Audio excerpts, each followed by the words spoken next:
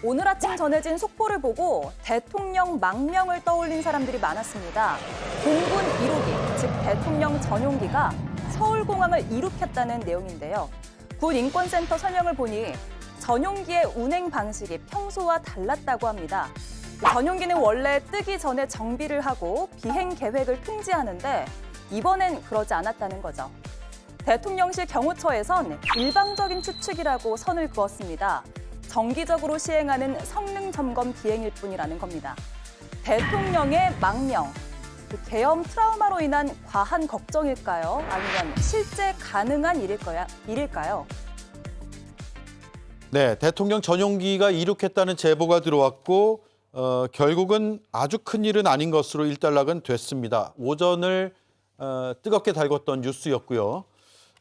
그만큼 현 상황에서 대통령에 대한 신뢰가 얼마나 바닥으로 떨어져 있는지 저 이륙 사실만으로도 너무나 많은 해석들과 상상이 나왔잖아요. 그렇습니다. 자라보고 놀란 가슴 소뚜껑 보고 놀란다고 하지 않습니까? 그리고 국민들이 도저히 상상할 수 없는 일들을 저질렀기 때문에 이제는 무슨 일도 할 수 있을 거라고 다들 그렇게 생각해 버리게 된 거죠. 다들 그렇게 믿고 있는 거죠. 무슨 일이라도 저지를 사람이다 이렇게요. 그래서 사상 초유의 현직 대통령 출국 금지라는 그런 부끄러운 일을 당하고서도 지금 어디로 망명 가려는 거 아니야? 라고 국민들은 의심할 수밖에 없는 상황이 돼버린 거예요. 네. 그래서 공군 1호기가 이륙하고 나니까 막 그 광경을 다 찍어서 제보도 하고 이거 무슨 일이야? 누가 타고 있을까? 도망가는 거 아니야? 이런 생각에 이르게 될 수밖에 없는 상황인 겁니다, 지금. 손톱만큼도 신뢰가 남아있지 않은 상황 아니겠습니까? 다행히 무슨 정기적으로 성능을 점검하는 뭐 그런 일환이었다고 하니까 가슴을 쓸어내린 분들도 많으셨을 것 같은데요. 그러나 그렇다고 하더라도 매우 석연치가 않습니다. 이 시점에 왜 꼭 이렇게 했어야 되는가? 지금 그 비행기 타고 나갈 사람도 없는데 무슨 성능 점검이 필요합니까? 그래서 굳이 안 해도 될 일을 지금 이 시점에 한 게 아닌가. 국민들 오해에 불러일으키기에 너무나 충분했다라고 판단합니다. 네, 매주 한 번씩 하는 자대 훈련이다 이게 공군의 설명이더라고요. 저는 오전에 이 뉴스를 보고 그래도 집단 지성이 있는 우리 사회인데 이 뉴스를 얼마나 신뢰할 수 있을까 이런 생각했습니다. 아무리 지금 윤석열 대통령에 대한 신뢰가 바닥을 쳤다고 하더라도 뭐 이런 뉴스를 뭐 제보한 사람이나 뭐 그건 알겠습니다만 현실적으로 아무리 지금의 초현실적인 상황이 벌어진다고 하더라도 대통령에 대한 출국 조치가 이루어졌고 대통령이 저 비행기를 타고 어디 나가겠다고 해서 실무진에 있는 사람이 비행기 조종해서 해외 나갈 수 있겠습니까? 그러니까 지나친 이걸 뭐 전 가짜 뉴스라고까지는 생각하지 않지만 이렇게 지나치게 시류에 편성해서 뭐 논란을 확산시키려고 하는 정도는 바람직하지 않다라고 생각합니다. 예. 자, 일단 군 인권센터에서는 통상적이지 않은 시운전이었고 문제가 있다라는 주장을 했거든요. 제가 잠시 뒤에 군 인권센터 임태훈 소장을 연결해서 그 부분도 한번 물어볼게요. 그래서 저걸 어떻게 봐야 되는지 어떤 근거를 바탕으로 한 건지는 충분히 질문을 한번 해보겠습니다. 김영현 의원은 어떻게 보셨어요? 예, 뭐 의아스러운 면은 있죠. 지금 이 군사 반란의 주체가 군이고 뭐 뒤숭숭한 판에 더구나 대통령에 대해서 출국 금지까지 된 상황에서 저런 정기 점검을 그대로 하려고 할 때 뭐 무슨 이상한 마음이 안 들었을까라는 생각이 들거든요. 그래서 이 정기 점검에 대해서 설령 정기 점검을 했더라도 이것을 명령한 최종 지휘권자가 누구인지는 한번 밝혀봐야 된다는 생각을 하고요. 그다음에 이 지점에서 한 가지 좀 강조해드리고 될 부분은 이렇게 이 일을 가지고 온 국민이 촉각을 곤두세운다는 이야기는 윤석열 씨가 대통령 전용기를 타고 망명의 방법으로 도주할 우려가 있다는 것을 온 국민들이 우려하고 있는 거거든요. 이거는 지금 이미 그 윤석열 씨가 내란의 수괴라는 점은 뭐 온 국민이 뜬 눈으로 보면서 현장을 목격했기 때문에 뭐 명백한 것이고 거기에 더해서 도주 우려가 있으면 이거는 형사소송법에서 말하는 긴급 체포 요건에 해당됩니다.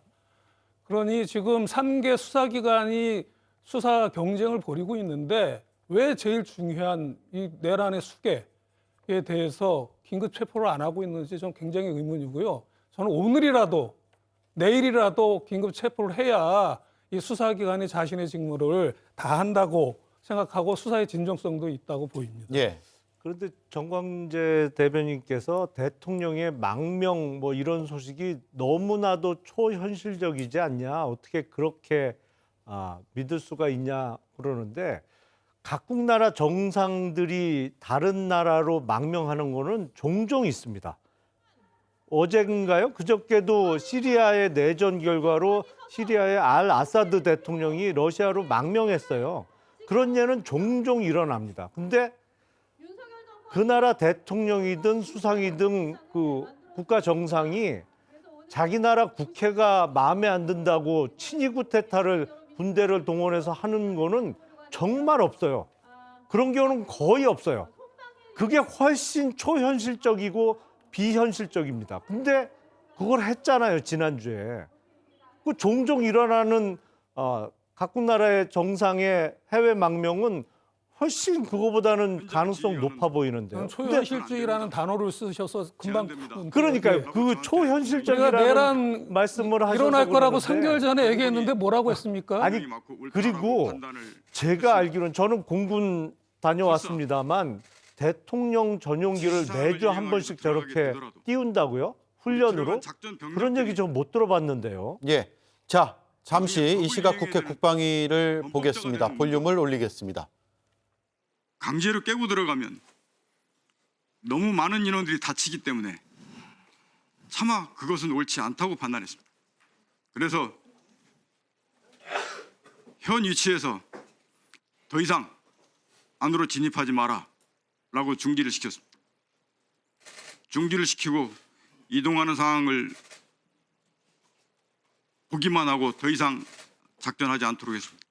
이후에 01시 01분에 비상계엄령 해제되는 상황을 보고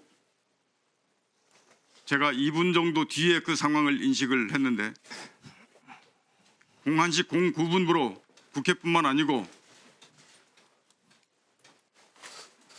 각 지역에 전개했던 특전사 모든 부대들에 대한 임무를 중지를 시키고 안전지역으로 이탈을 시켰습니다. 이탈시킨 이후에 부대 복귀를 명령하였습니다. 이것이 당시에 제가 지휘 조치하면서 판단하고 조치했던 사항을 솔직하게 말씀드렸습니다. 그러면 그 조치 사항에 대해서 대통령께 보고를 드렸습니까?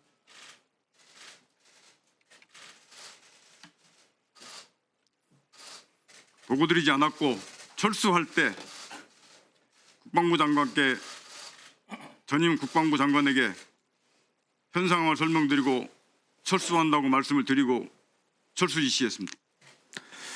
그 대통령과 두 번째 통화를 한 시간이 정확히 언제쯤입니까? 시간의 차이는 있을 수 있는데 제 기억으로는 00시 30분부터 00시 40분 그 어간대가 됐던 걸로 기억합니다. 네, 이상입니다. 예. 자, 이 시각 국회 국방입니다. 곽종근 전 특전사령관이 대통령의 지시사항이 있었다라면서 문을 깨고 들어가서 의원들을 끄집어내라고 했다라는 것인데, 본인이 그렇게 할 경우에는 문제가 발생하기 때문에 그 지시사항을 이행하지 않았다라는 점을 국회에 나와서 증언을 했습니다. 자, 얘기를 좀 이어나가 보죠. 저 발언은 조금 예. 그 707 특임 단장의 어제 얘기하고 조금 일치하는 측면이 있는 것 같아요. 예. 그러니까 애초에는 사령관으로부터 지시를 받아서 의원 150명 못 모이게 해라. 그리고 끌어낼 수 있겠나, 진입이 되겠나, 뭐 이런 식으로 이제 지시받고 뭐 통화가 1, 2분 간격으로 막 전화가 왔다는 거 아니겠습니까? 그러다가 나중에는 진입이 쉽지 않다 이렇게 얘기를 하니까 무리하지 말아라라고 또 얘기도 했다는 거죠. 그러니까 아마 저 부분은 좀 일치가 하는 것 같아요. 예. 그래서 곽종훈 전 사령관하고. 그런데 대통령이 심지어 의원들을 끄집어내라고 물건 다루듯이 끄집어내라, 문을 부수고 들어가라라고 했다는 거 아닙니까? 그런데 실제로 거기 그 도착했던 계엄군들의 증언을 들어보면 처음에는 상부에서 지시가 안 내려왔다가 나중에 이제 들어가라. 그래서 머뭇거리다가 유리창 깨고 들어갔다라고 하는 거 아니겠습니까? 그런데 이제 본인들이 그 지독한 훈련을 총엄 그 빈손진 민간인들을 그 비무장한 민간인들을 향해서 그걸 작전을 수행해야 된다는 자괴감 때문에 상처도 크고 좀 굉장히 괴로워하고 있다는 거 아닙니까? 그러나 마음만 먹으면 10분, 15분이면 정리할 수 있었다라는 증언이 있거든요. 예. 그러니까 저 곽전 사령관이 아마 그 얘기를 그대로 대통령 말을 받아서 지시를 명령을 했다면 또 상황은 어떻게 됐을지 우리가 정말 상상하기도 알겠습니다. 어려운 상황으로 이어졌겠죠. 예. 그리고 계엄 관련자들이 말을 맞췄다고 얘기하고 있지 않습니까? 이거는 증거 인멸하는 겁니다, 지금. 네. 그래서 누구보다도 먼저 내란 수계에 대한 긴급 체포가 지금 필요한 상황이라고 보여집니다. 네. 대통령하고 통화한 게 00시 30분에서 40분 사이라고 이야기를 했고요. 그 증언에 따르면 대통령이 전화로 지시했다는 거 아니에요? 문 깨고 들어가서 의원들 끄집어내라 라는 것인데 상당히 구체적인 지시까지 한 정황이 지금 국회에서 다시 한번 드러나고 있습니다. 저 지시가 이행됐으면 국회에서 비상계엄 해제 요구안이 표결이 못 이루어졌겠는데요. 예. 시간으로 볼 때 그러니까요. 그러면 지금도 1시에 표결이 비상계엄- 됐잖아요. 예. 그러니까 저게 만약에 특전사에서 장병들이 정말 끄집어내는 그걸 이행했다면 지금도 비상계엄 상태가 유지되고 있는 것이고 저 곽종군 전 특전사령관의 증언으로 인해서 내란의 성립이 더욱 확실해졌고요. 그 내란죄의 수괴가 윤석열임이 분명해졌습니다. 예. 이 지점에서 저는 한 가지 강조하고 싶은데요. 지금 우리가 이야기하기 좋아서 내란 수괴라고 하지만 내란 수괴는 사형 무기징역입니다. 그런데 군인들이 일으키는 내란에 대해서는 군사반란죄가 적용돼서 군형법상 수괴는 사형입니다. 이 군사반란을 사주한 자도 역시 사형인 것이죠. 예. 그러니까는 결국은 법정형이 사형밖에 없는 범죄를 감행을 한 것이죠, 윤석열 씨가. 예. 이 점을 저는 강조하고 싶습니다. 자, 그러면 문 부수고 의원들 끄집어내라는 지시를 했는데 그 지시를 이행하지 않아서 더 큰 사태로 번지지 않았다고 하더라도 내란죄는 성립이 된다. 당연히 됩니다. 예. 예, 군대를 동원해서 했기 때문에 군사 반란을 사주한 겁니다. 정확하게는 더 큰 죄가. 예. 일단은 군인이 아니라 일반 민간인들을 동원해서 폭동을 일으키면 일반 내란죄만 되지만 군인들 동원해서 그 병력으로서 그 국회를 침탈한 것이기 때문에 군사 반란죄에 이제 사주를 한 것이죠. 교사관. 예. 자, 제가 임태훈 군인권센터 소장 전화 연결하기로 돼 있는데 지금 국회 상황이 너무 급박해서 전화 연결은 오늘 할 수 없을 것 같고요. 이 얘기를 좀 더 해야 될 것 같습니다. 특전사령관이 대통령의 두 번째 전화가 있었다고 낮에 증언을 했고요. 그 뒤에 다시 속개된 지금 국회 국방위원회에서 대통령의 지시사항이 구체적으로 무엇인지를 진술을 했습니다. 그 내용이 준비가 돼 있는데 자세히 다시 한번 들어보겠습니다. 대통령께서 비와 폰으로 제게 직접 전화를 하셨습니다. 의결 정족수가 아직 다 안 채워진 것 같다. 빨리 문을 부수고 들어가서 안에 있는 인원들을 끄집어내라 라고 말씀을 하셨습니다. 그 지시사항을 듣고 이것을 어떻게 해야 되나. 그래서 현장에 있는 지휘관들과 이거 공포탄을 쏴서 들어가야 되나. 이 전기를 끊어서 못하게 해야 되나. 이런 부분들에 대한 논의를 했었고 현장 지휘관은 그건 안 됩니다. 제한됩니다. 라고 저한테 분명히 얘기를 했고 저도 그 부분이 분명히 맞고 옳다라고 판단을 했습니다. 설사 지시사항을 이행하기 위해서 들어가게 되더라도 우리 들어간 작전 병력들이 나중에 법을 이행해야 되는 범법자가 되는 문제와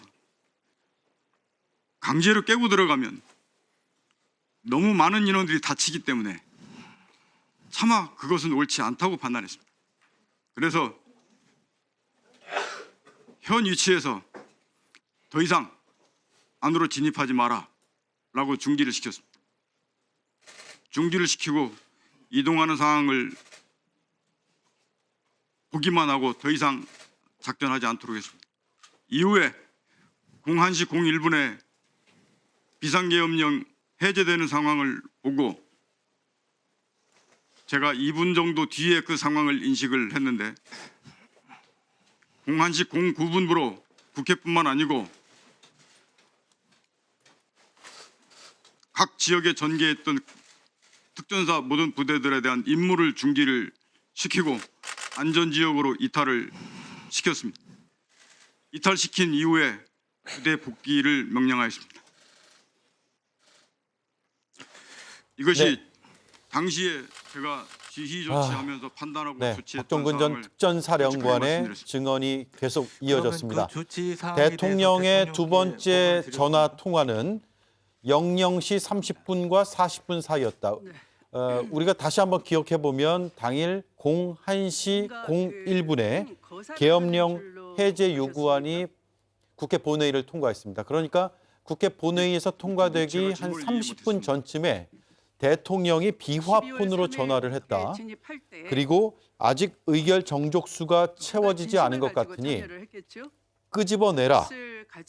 문 깨고 들어가서 의원들을 끄집어내라.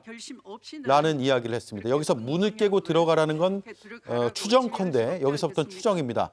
본회의장 문을 깨고 들어가서 의원들을 본회의장 밖으로 끄집어내라. 라는 대통령의 지시가 있었다는 증언을 지금 조금 전에 국회 국방위에서 했습니다. 국회 국방위에서의 증언, 이 증언은 상당히 의미가 크고요.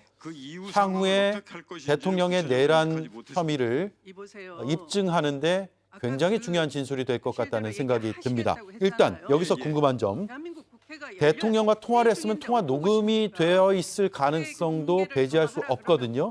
비화폰으로 통화했다고 해도 녹음은 가능한 것 같습니다. 도청이 안 될 뿐이지. 그렇죠. 비화폰이라는 건 도감청을 막기 위한 것이지 받는 사람이 그 전화를 통해서 자동 혹은 수동으로 녹음을 하는 기능까지 못하게 하는 전화는 아니란 말이에요. 그럼 대통령이 전화한 것을 특전사령관이 녹음해 뒀을 가능성도 있고 그렇다면 대통령의 육성이 있을 수도 있다라는 추정이 가능한데 어떻게 봐야 합니까? 글쎄요, 특전사령관이 당시 대통령과의 통화를 녹음을 했을까요? 보통 군인들이 그런 면에서는 글쎄 일부 정치인들은 뭐 자동 녹음 기능을 깔아놓고 모든 통화를 다 녹음하는 사람도 몇몇 그렇진 않습니다. 있다고 알려졌습니다만 특전사령관이 그거를 녹음하지는 않았을 가능성이 더 높아 보입니다. 제가 다만 그렇게 들었습니다. 비아폰을 제가 뭐 직접 써본 적이 없어서 잘 모르겠는데 비아폰 자체에 녹음 기능이 있는 거 아닌가요? 이게 대통령이 사용하는 게 도감청은 안 되지만 예. 비아폰이 대통령의 중요한 업무 지시나 뭐 이거를 위해서 주로 사용하는 거기 때문에 그 비아폰이 어디 물리적으로 없어지지 않았으면 거기에 오히려 남아있을 가능성이 좀 있지 않나 싶습니다. 예. 저는 뭐 녹음까지 하지는 않았을 것 같아요. 왜 예. 그런 물론 지금 녹음이 쟁점은 아닙니다. 예, 예. 예. 왜 그렇게 생각하냐면 특전사령관도 사실은 경호처장하고 같이 식사한 멤버 중에 하나거든요. 일단은 이분이 뭐 영문 모른 채 지시만 받았을 것 같지는 않습니다. 지금은 뭐 자신이 그냥 시키는 대로 해서 뭐 했다고 하지만 어떤 죄를 좀 가볍게 받기 위해서 그런 것 같고 그렇기 때문에 같은 그 공범자로서 뭐 녹음까지 하지는 않습니다. 예, 알겠습니다. 자, 00시 30분에서 40분 사이 그때 국회 상황, 국회가 바깥에도 막혀 있었고 의원들이 담 넘어 들어가고 그런 상황이었잖아요. 본회의장으로 빨리 가자고 해서 여당, 야당 의원들 상당수가 향하고 있었던 그 시간인데 대통령은 저런 전화를 했다는 거예요. 그래서 저는 실로 경악할 만한 정말 지시가 내려간 거 아니겠습니까? 그리고 아까 말씀드린 것처럼 그 개헌군들이 10분에서 15분이 우리가 다 제압할 수 있었는데 그렇게 안 했다라는 거 아닙니까? 무리하지 말아라라는 지시도 받았고 그렇게 된 것인데 저는 이 지점에서 만약에 10분, 15분에 다 정리가 됐다면 진짜 의원들 다 끌려 나왔을 것 같아요.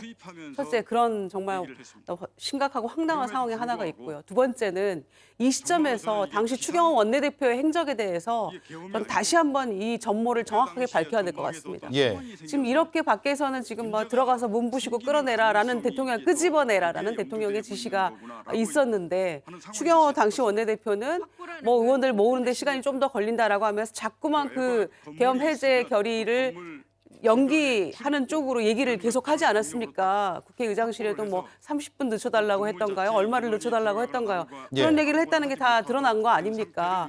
그러면은 모종의 어떤 연락이 주고받았는지, 뭐 때문에 늦추자고 자꾸만 했던 건지, 본인은 의원들을 다 당사에 가 있으라라고 한 게 마지막 메시지를 받은 게 당사에 가 있으라라는 게 의원들의 얘기인데 추경호 원내대표는 도대체 이거를 알고 이렇게 한 건지 예. 대통령이 다 문부수고 끄집어내라고 한 것을 사전에 정말 알고 그렇게 했다면 정말 이 추경호 원내대표도 전 대표도 저는 내란 수계가 한 명이지는 않다고 얘기를 하더라고요. 헌법학자들에 따르면. 그러니까 다 같이 공범인 겁니다. 수계 드린 겁니다.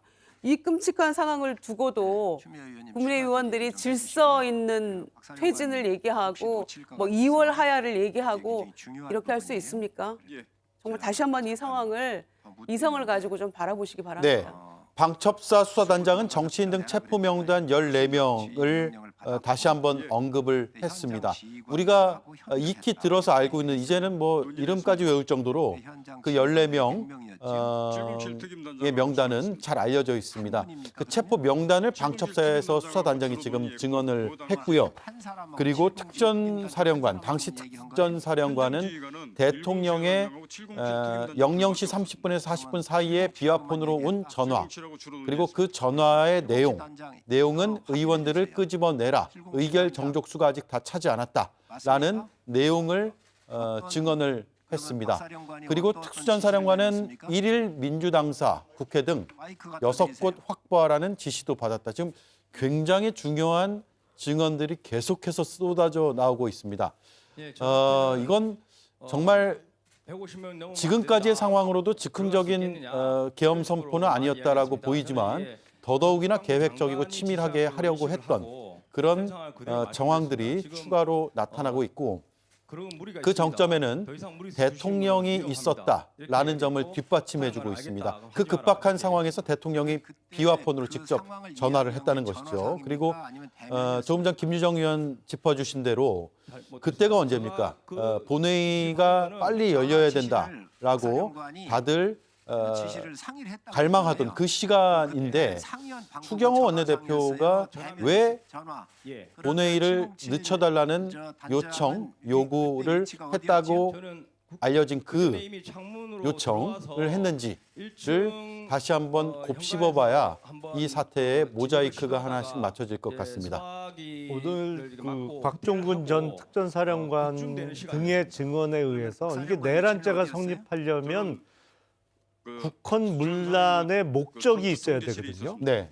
근데 너무 뚜렷하게 그 증명이 되는 겁니다. 왜냐하면 아니 비상계엄 선포를 대통령의 권한이다. 뭐 일부 권한 행사에 불과하다고 아직까지도 주장하는 일부 세력이 있습니다만 비상계엄 해제 요구도 국회의 권한이에요. 근데 그 국회의 권한 행사를 불가능하도록 막으려고 했다는 것이잖아요. 예. 군인들을 보내서 특전사 장병들이 문부시고 들어가서 국회의원들 끄집어내라. 그러면 해제 요구 의결을 못하도록 막는 거니까 그거는 우리나라 헌법상의 국가기관의 기능을 마비시키려고 했던 국정 문란의 목적이 여지없이 드러나는 것이거든요. 예. 그러니까 이게 내란이 아직도 안 된다고 주장하는 분들은 정말 법률을 전혀 이해 못하거나 아니면 다른 목적 때문에 안 된다고 우기고 있는 것이지